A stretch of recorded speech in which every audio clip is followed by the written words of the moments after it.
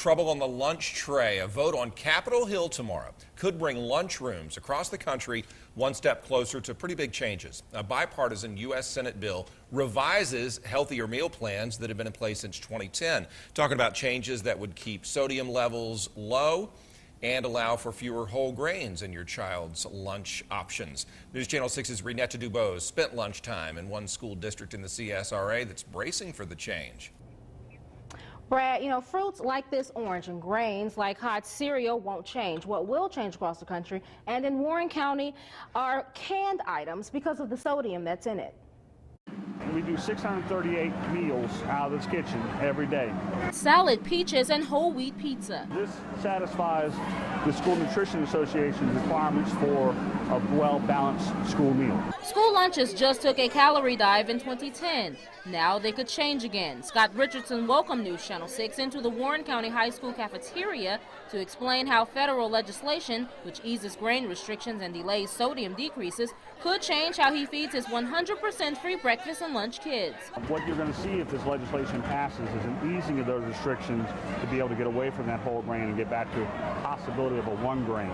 The legislation introduced last week by senators on both sides of the aisle requires schools lower sodium levels by 2019 instead of next year. You notice that the sodium content here is 140 milligrams per serving, and this serving size is a half a cup, which is USDA regulations for what we have to serve for our students every day.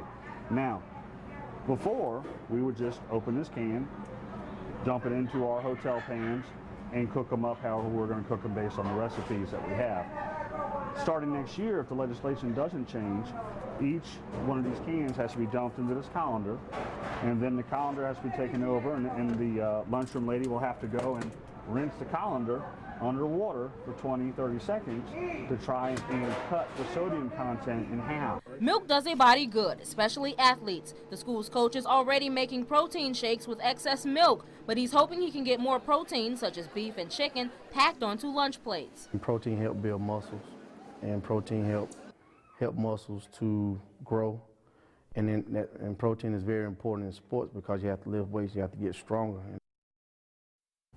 Richardson says the change will not impact his kitchen a whole lot. He says that's because his staff cook 85% of the meals during the week from scratch. Kim? Thanks, Renetta. Now, we looked up the healthy amount of foods with grains that children need each day. According to the USDA website, kids between 4 and 8 years of age need about 3 to 5 ounces per day. Girls 9 through 13 need about 5 ounces a day, and boys in the same age group, they need 6. Teen girls and boys from 14 to 18 years of age, they need 6 also. First Lady Michelle Obama has been working to improve school lunches nationwide. Mrs. Obama debuted a program in 2010 to help fight childhood obesity. Now, this happened after the Healthy, Hungry, Free Kids Act was passed.